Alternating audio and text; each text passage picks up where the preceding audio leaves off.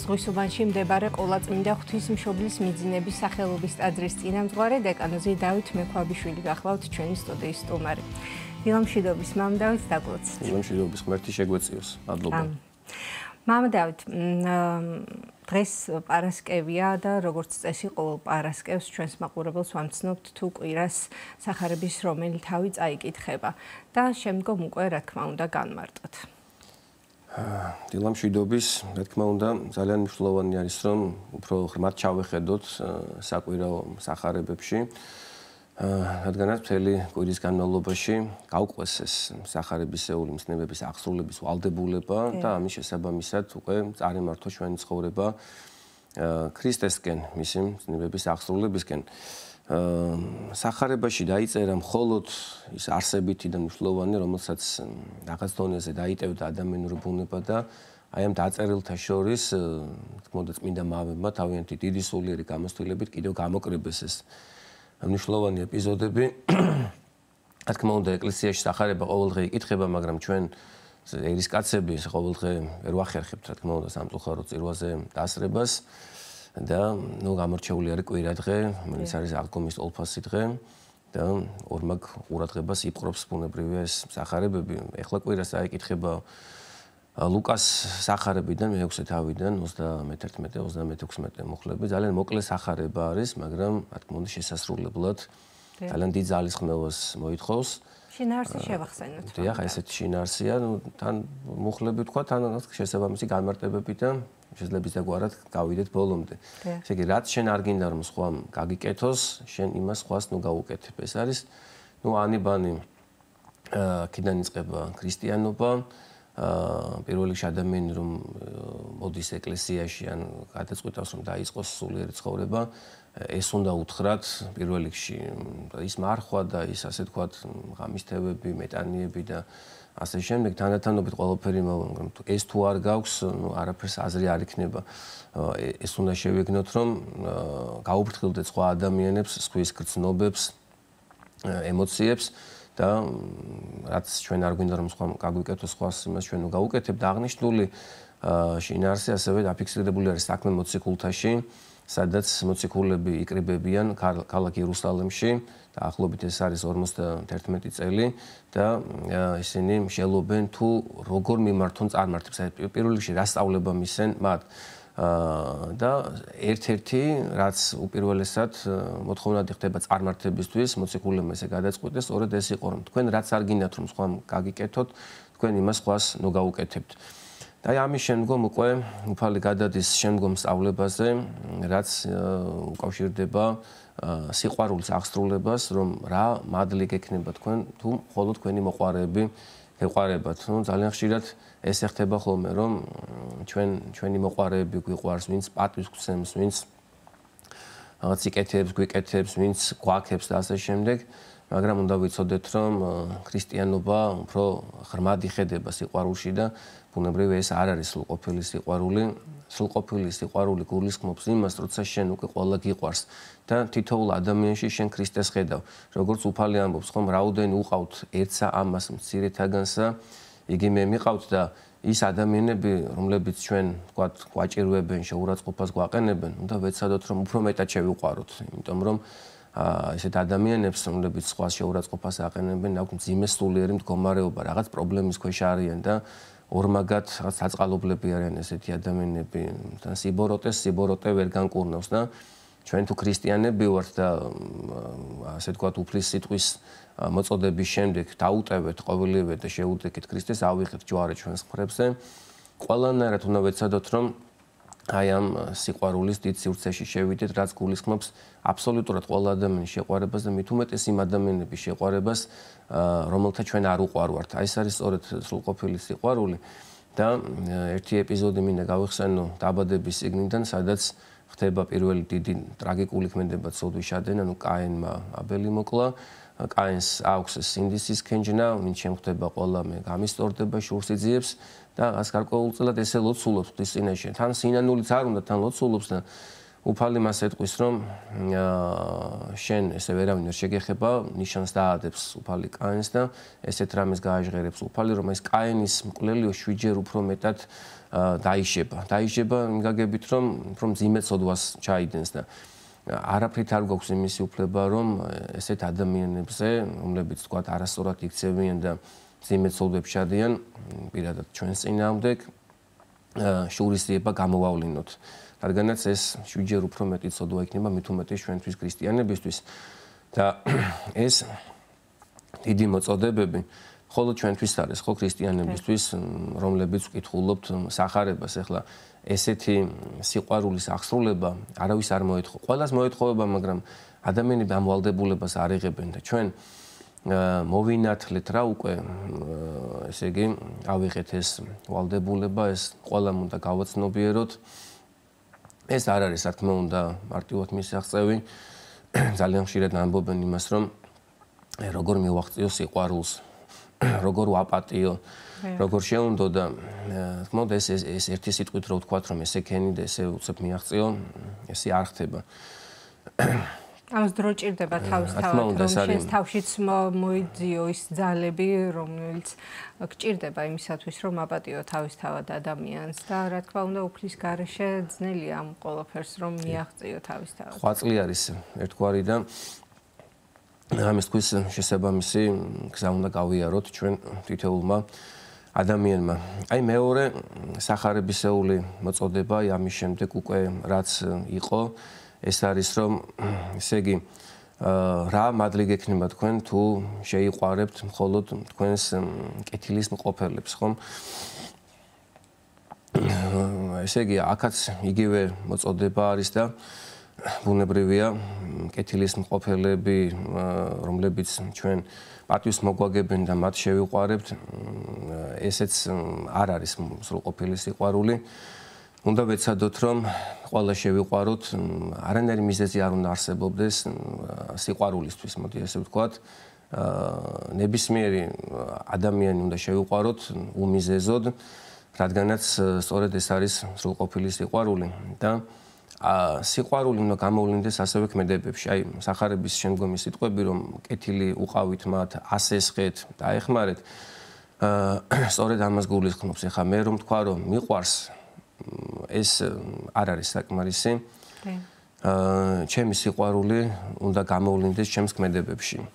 და ესე იგი, უფლისა ის მოწოდებები, რომ მტერი შეიყვარეთ, ყველას პატივი მიაგეთ, არის საზომი ჩვენი სიყვარულის. რამდენადაც ჩვენ ესე იგი მივაღწევთ ამას, იმდენად გვაქვს საკუთარ თავში სიყვარული და სრულყოფილება. შეიძლება როგორც ოჯახის წევრი ისე ვერ შეიყვარო ალბათ, მაგრამ დროთა განმავლობაში შეიძლება ესეც მოხდეს. თუმცა თავდაპირველად ისიც საკმარისი არის ალბათ, რომ არ მოექცე მას, როგორც თავიდან დაიწყეთ მამდავით, რომ არ მოექცე ისე, როგორც არ გინდა, რომ შენ მოგექცენ თავისთავად და შესაბამისად, ვინც შენი მოყვარე არის, ვინც შენი ოჯახის წევრია, ეს ისედაც ყველას უყვარს, იგივე ბოროტმოქმედსაც და ღვთისკენ სავალ გზაზე მყოფ ადამიანსაც, ხო? მაგრამ გამორჩეული არის ალბათ ქრისტიანი და მორწმუნე ადამიანი იმით სწორედ, რომ არა მხოლოდ საკუთარ ოჯახის წევრებს და გარემოცვას შეიყვარებს და გაუმართავს ხელს, არამედ სხვა დანარჩენს მოყვასიც ხომ სწორედ ყველას მოიცავს და ყველას გულისხმობს თავის თავში. დიახ, აი, სახარების სხვა ადგილას არის სწორედ ამაზე მითითება. როდესაც უფალს ეკითხებიან, ვინ არის ჩემი მოყვასიო, უფალი აი გზაზე დაგდებულ ადამიანზე მიუთითებს, რომელიც მოყვასია და ყველა ადამიანი არის ჩვენი მოყვასი და თუ გვინდა რომ ჩვენ სრულყოფილები გავხდეთ და ღვთის სიყვარულამდე ავმაღლდეთ, პირველ რიგში მოყვასი უნდა შევიყვაროთ, როგორც იოანე მახარებელი ბრძანებს, თუ მოყვასი არ გიყვარს, რომელიც ჩვენს გვერდით არის, უხილავ ღმერთს როგორ შეიყვარებს და სამწუხაროდ ისე ხდება კიდევ რომ ხა სახარება საუბრობს იმაზე რომ თქვენი ახლობლები გიყვართ, კეთილის მყოფელები გიყვართ, მადლიერები ხართ მათ მიმართ, ეს არ არის საკმარისი და ხშირად ჩვენ ამასაც ვერ ვახსევთ ხოლმე, ჩვენი ოჯახის წევრები არ გვიყვარს, ჩვენი მეგობრები არ გვიყვარს, ვინც სიკეთეს გვიკეთებს, მადლიერებას არ გამოვხატავთ, ვერ გამოვხატავთ მათნამი და ძალიან ხშირად ძალიან დაბალ სულიერ საზომში ვიმყოფებით და ძალიან კარგი იქნება რომ თვალები გაუსწოროთ ჩვენს სულიერ მდგომარეობას, რეალობის წინაშე დავდგეთ და გულის შემოსრულებით შევღაღადოთ უფალს, შეგვიწყალოს და გაგვაძლიეროს სიყვარულში. შესაბამისი ლოცვებიც არსებობს ამისათვის, ხომ მამდავით ვისაუბრეთ იმაზე, რომ უნდა გვიყვარდეს მტერი ჩვენი სულის მაჭიროებლებიც, ხომ და თავისთავად ლოცვების მეშვეობით შეგვიძლია, რომ ეს სიყვარული თანდათან გავაღვივოთ ჩვენში. შეიძლება თავიდან არ იყოს მარტივი ლოცვაში მოხსენიება მათი, მაგრამ დროთა განმავლობაში გეხმარება ლოცვა იმაში, რომ ეს ბარიერი გადალახო და შემდგომ უკვე თუ სიყვარულით არა ყოველ შემთხვევაში იმ სურვილით მაინც კითხულობ ამ ლოცვას, რომ სიკეთე ჰქონდეს მათ და ჯანმრთელად იყოს. ეხლა ეს ლოცვა არის ერთ-ერთი მთავარი ფაქტორი სახარების აი ეპიზოდის შესრულებაში. ნუ ვიცით რომ ჩვენით ვერაფერს ვერ გავაკეთებთ, თუ ღმერთი არ დაგვეხმარა, როგორც ქრისტე გვეუბნება სახარებაში, თქვენიერ ჩემსა არ არა იცალკიც ყოფა და არც ერთი. და მით უმეტეს აი ამხელა სულიერი სიმაღლის დაპყრობა, რაც არის მტრის სიყვარული და უანგარო ეს გაცემა სიკეთეების, ამის აღსრულება შესაძლებელი იქნება მხოლოდ და მხოლოდ ლოცვის შემთხვევაში, რომ მე ადამიანმა საკუთარ თავს არ მიაწეროს. ეს ღმერთმა უნდა მოგცეს, ოღონდ მოგცემს ლოცვის შედეგად, მაგრამ ისიც უნდა ვიცოდეთ, რომ მარტო ლოცვა ვერაფერს გვარგებს, თუ რეალურად ქმედითი ნაბიჯები არ გადავდგით. ესე იგი, ისიც არის, რომ ხან გონია, რომ ჩვენ ლოცულობთ, რაღაც სიტყვებს არ მოვთქვათ, მაგრამ ჩვენი გულით არ ვლოცულობთ და არ გვაქვს ეს გამოცდილება, როგორც უფალი ამბობს, ესე იგი, თქვენ მეუბნებით, მე უფალო და არ აღასრულებთ იმას, რასაც მე თქვენ გეუბნებით. ერთ-ერთი დიდი სავალდებულო და საჭირო მცნება თანამედროვე ცხოვრებაში მით უმეტეს გახდა ქრისტესთან ზიარება, რომლის მეშვეობითაც ჩვენ სწავლობთ სიყვარულს. სიყვარული რომ მისწავლო, სიყვარულთან უნდა გქონდეს ურთიერთობა და სიყვარული არის მხოლოდ და მხოლოდ ღმერთი. როგორც უფალი ამბობს ახარებაში, არავინ არ სახიერ, გარნა მხოლოდ ღმერთი. ესე იგი, კეთილი და მოყვარული მხოლოდ ღმერთია და თუ ვინმე საკუთარ თავში აქვს სიკეთე, სიყვარული მხოლოდ ღმერთიდან აქვს მიღებული, ამას ადამიანი აღიარებს თუ არ აღიარებს, ეს ნებისმიერ შემთხვევაში ესე არის და რაც უფრო მეტად გვექნება თავდაბალ მოსიყვარულე პიროვნებასთან, ანუ ღმერთთან კომუნიკაცია, დიალოგი, საუბარი, მით მეტად წარმატებით სიყვარულში. რა თქმა უნდა, ეს მიზანმიმართული შეგნებული პროცესი არის, რომ მე თავი დავიმდაბლო, მე ვისწავლო ჩემი ცხოვრების გზაზე სიყვარული, მაგრამ ლოცვის გარეშე ბუნებრივია ეს არ გამოვა. ბევრნაირი ლოცვა არსებობს და ეს ყველაფერი გაბნეულია ლოცვებში და ყველაზე მეტად მაინც ალბათ ჩვენი სიტყვებით რომ უთხრათ უფალს, რომ აი ეს ადამიანი მაჭირვებს და მინდა რომ მას სიკეთე გაუკეთო, მინდა რომ შენი სიტყვები აღვასრულო, რომელიც მეუბნები რომ თუ შია შენს მტერს პური მიეცი, თუ წყურია წყალი დაალევინე და აი ამგვარად გადაფარავ მის სიბოროტეს. და ერთადერთი სწორედ სიყვარული არის, რაც ყოველთვის გადაფარავს სიბოროტეს და გააუმჯობესებს ერში სულიერ მზნეობრივ მდგომარეობას. და ნუ აი ამის შემდგომი სიტყვები უკვე ესეთი იყო უფლისა, რომ თუ თქვენ ამას გააკეთებთ, თუ უანგაროდ შეიყვარებთ, თუ ასესხებთ ისე, რომ თქვენ აღარ გექნებათ იმისი, თქვათ, იმედი, რომ ის დაგიბრუნებთ და არანაირი პრობლემა არ იქნება, მაშინ იქნება თქვენ ძე მაღლის. აი სწორედ ამ შემთხვევაში ვიწოდები ჩვენ ჭეშმარიტ შვილებად, ღვთის შვილებად და აი ამის შემდგომ უფრო ესე თქვათ მიაღწევს ღმერთამდე ჩვენი ლოცვა, როცა ჩვენ ლოცულობთ. მამაო ჩვენო, ღმერთს მამას მხოლოდ ესე ქრისტიანი უწოდებს და ეს რომ არ იყოს ბუტაფორიული და ეს იყოს ნამდვილი მოწოდება შვილისა მამის მიმართ, მაშინ ჩვენ უნდა დავიწყოთ აი გზაზე დადგომა, რაც არის სიყვარულის შესწავლა. და სიყვარული არის ის, როცა ჩვენ გვიყვარს ყველა ადამიანი. და არის ხოლმე ესეთი შემთხვევა, რომ ჩვენს არაერთხელ ალბათ გვაწუხებენ, მოდი ეს ბჭყალებში ესეთი გაგებით, მოდიან ჩვენთან მოწყალების ათხოვნელად, ძირითადად სამწუხაროდ ითხოვენ მხოლოდ და მხოლოდ მატერიალურს, ადამიანს ისე სულიერი უფრო ჭირდება, სამწუხაროდ ჩვენ ამას ვერ ვაცნობიერებთ, მაგრამ ნებისმიერ შემთხვევაში რაც საშუალება გვაქვს, იმით უნდა დავეხმაროთ ადამიანს და თუ ჩვენ არ გვაქვს ის რესურსი, რომ ადამიანს დავეხმაროთ, ხომ ეხა ესე ყოვლისშემძლეები ნამდვილად არა ვართ, ეს მხოლოდ ღმერთი არის ყოვლისშემძლე.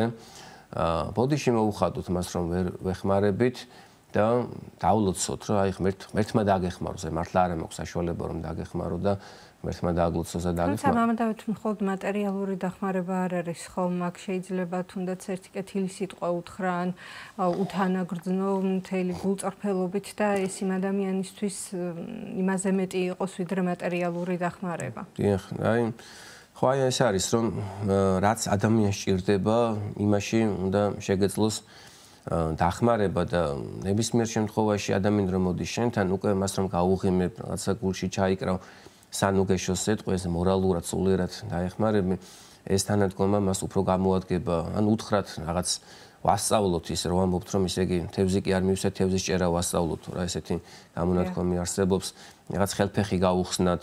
ისე წმინდანების ხოვრება ისე იყო რომ ისინი ყოველთვის ხვას ეხმარებოდნენ. ალბათ უფრო მეტად სულიერად რომ ვერ არის ხო ისე ადამიანი ისეთ ლოცვაში, ისეთ ღვთისმსახურებაში მას უფრო მეტად ჭირდება დახმარება და ჩვენ რა ქრისტიანები ვართ თუ რაღაცნაირად ესეთ ადამიანებს ხელი არ გაუმართეთ. ორივე კუთხით უნდა დავეხმაროთ, აი წმინდა ისააკ ასური ესეთ სწავლებას გვაძლევს. თუ გინდა ადამიანს სულიერად დაეხმარო, ეხა პირდაპირ ესე დაუწყო სახარების გადაგება, ადამიანი ამას ნაკლებად შეისმენს, მოდი ესე ვთქვათ. მაგრამ თუ შენ წინაპირობად მას ხორცილს იკეთებს გაუკეთებ, მოწყალე ხორცილი მოწყალების საქმეს და აი ამის შემდგომ მას ჩააწვეთებ სულიერ სწავლებას, როცა გინდა მისი დახმარება, აი ესე უფრო შედეგიანად წარიმართება ჩვენი მისდამი დახმარება და შესაძლოა ადამიანმა მართლაც დაიწყოს აქტიური სულიერი ცხოვრება, მისი სულიერი ფერისვალებისთვის.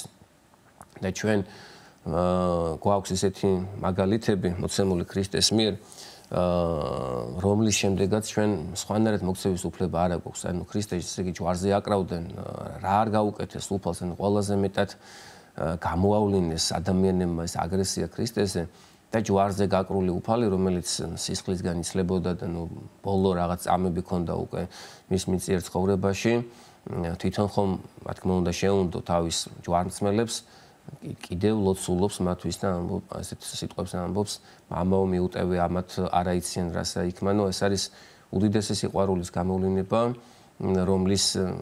რომელმაც შეძრა აი ეს ბოროტი ავაზაკი, რომელიც ქრისტესთან ერთად იყო ჯვარცმული და ის გახდა ნუ პირველი, ვინც შემდგომში უკვე 60-ში შევიდა და იგივე წმინდა სტეფანე პირველმოწამე, რომელსაც როდესაც ესე კვებით ქოლავდნენ, ესეთი სიტყვი ლოცვა წარმოთქვა, მამაო ნუ შეურაცხ ამათ სოდვათ, თუ არიციან რას აკეთებენ და აი ეს სიყვარული, რომელსაც გვასწავლის ჩვენ ეკლესიამ, ისევ და ისევ რა თქმა უნდა კაცობრიობას დაეხმარება და შეეწევა რომ ბოროტება ამოიძირკოს, ურწმუნოება და ყველანაირი ცოდვა და საბოლოოდ ეს ყველაფერი მაინც ჩვენ გვიბრუნდება და ჩვენ გვამსგავსებს ღმერთს, აი როგორც სახარებაში იყო დღეს რომ აი ასე მიემსგავსებით მხოლოდ და მხოლოდ თქვენ ღმერთს. მამდავით საუბრობთ იმაზე, რომ თუ როგორ უნდა იქცეოდეს ადამიანი, განსაკუთრებით ქრისტიანი, ხო მართლმადიდებელი და თქვით რომ ლოცვას თუ რამხელა ძალა აქვს. თუმცა როგორც ასევე საუბარში ახსენეთ, მხოლოდ ლოცვა საკმარისი არ არის, ხო, ყველაფრისთვის. ასევე საჭირო არის მარხვა, ასევე საჭიროა სინანული, ახსარება, ეს ყველაფერი რაც გეხმარება რომ ეს სათნოებები შეიძინო თავისთავად და გამოიმუშაკო, ხო? ეს მარხვა რაში ეხმარება ადამიანს, რის დაძლევაში, რა სირთულეების გადალახვაში, რა გრძნობების, იგივე მრისხანების დაძლევაში გვეხმარება თუ არა და გვასწავლის თუ არა იმ დათმენას მარხვა.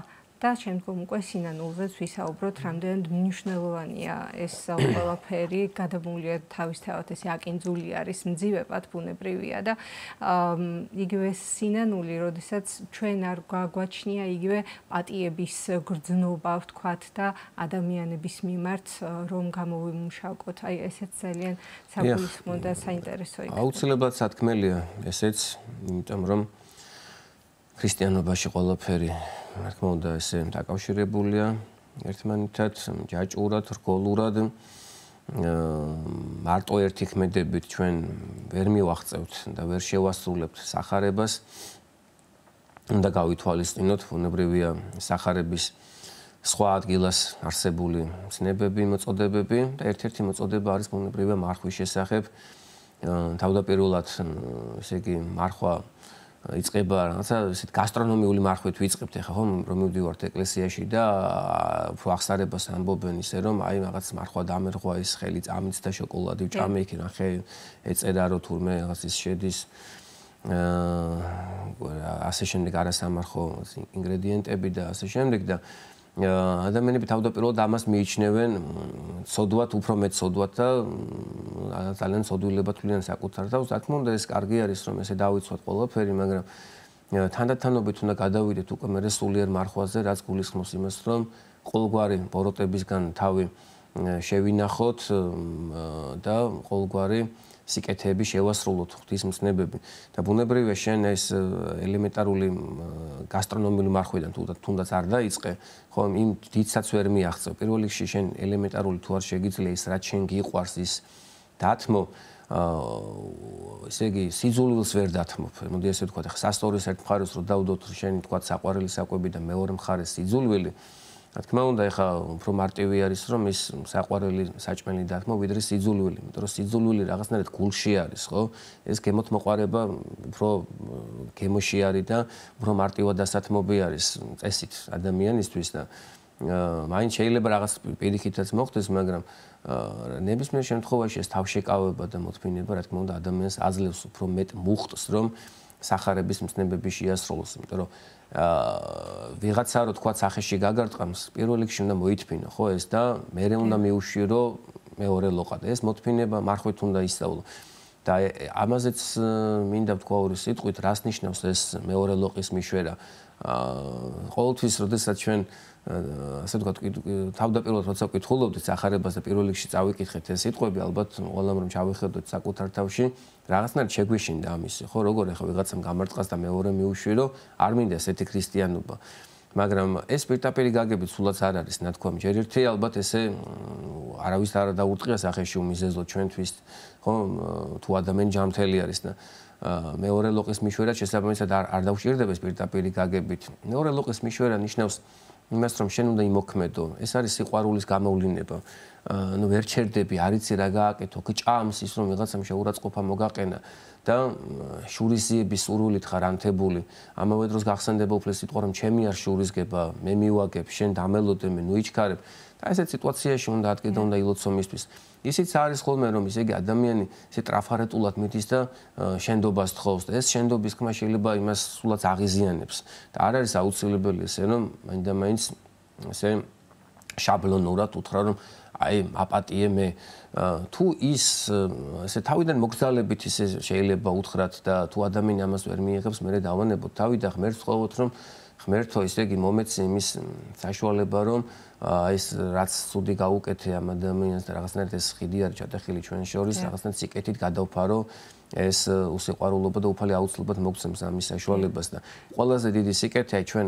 საუბრობთ ბევრ სიკეთეზე და ბევრი სიყვარულის გამოვლენებაზე როგორც წმინდა მამები გვეუბნებიან ყველაზე დიდი სიკეთე არის ის როცა შენ ფარულად ილოცებ მისთვის აი ამითი შენ თავში აღადგენ სიყვარულს შეიძლება ესე გარეგნულად ვერ გამოვლინდეს მაგრამ ის ადამიანი აუცილებლად რაღაცნაირად იგრძნობს ან მფარველი ანგელოზი აუწყებს ან რაღაცნაირად ის დაინახავს უხილავად ამ შენ სიყვარულს და შერიგება აუცილებლად მოხდება და გაუმჯობესდება ეს ურთიერთობა როცა ჩვენ ფარულად ვილოცებთ მისთვის მამა დავით ჩვენ შეხვედრის დასასრულს მაყურებელს რომ ვუთხრათ თუ რამდენად მნიშვნელოვანია რომ დაესწრონ კვირას წირვაზე დაესწრონ ასევე ლოცვას ტაძარში ხშირათია რომ და განსაკუთრებით კიდევ რამდენად მნიშვნელოვანია წმინდა წერილის ცოდნა და ასევე კვირას რომ მივიდეთ უკვე მომზადებულები და ვიცოდეთ თუ რომელი სახარების რომელი თავი იკითხება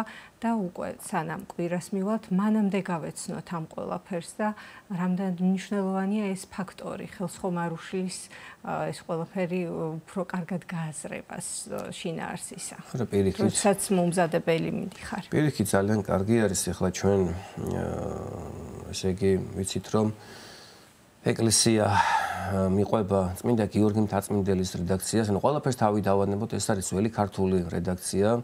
სახარების შინაარსის სიტყვები და თანამედროვე ადამიანისთვის ხანდახან ესე მარტივად გასაგები სულაც არ არის. აი, უბრალოდ შინაარსი რომ გაიგოს, რომ შინაარსის გაგების შემდეგ არის უკვე სიღრმეებში ჩაწვდომა და მე ამ ყველაფრის დანერგვა პრაქტიკულ ცხოვრებაში და რა თქმა უნდა, თუ ჩვენ წინასწარ წავიკითხავთ ამას, რაც და მოვისმენთ და გავიაზრებთ, რაც უკვე კვირას უნდა იქნეს ეკლესიაში საკითხული, უფრო მეტად ჩაგვებეჭდება ჩვენს გონებაში და უფრო მეტად უკვე დაინერგება ჩვენს გულში და პრაქტიკულ ცხოვრებაში ეს ყველაფერი და უფრო მეტ ვალდებულებას ვიხსნებთ ბუნებრივია და მეტი კავშირი გაგვიჩნდება ქრისტესთან. როგორც აი ფსალმუში ბრძანებს მინდა დავით წინასწარმეტყველი, განვემზადე და არა შევძერწუნდე. წინასწარ მომზადებას ძალიან დიდი მნიშვნელობა აქვს იგივე ზიარებაზეც, ხომ? როდესაც მივდივართ ზიარებაზე, წინასწარ ვემზადებით. ასევე, როდესაც მივდივართ ეკლესიაში, წინასწარ უნდა მოვემზადოთ იქაური საკითხაობის გასააზრებლად და პირველ რიგში შევთხოვოთ უფალს, რომ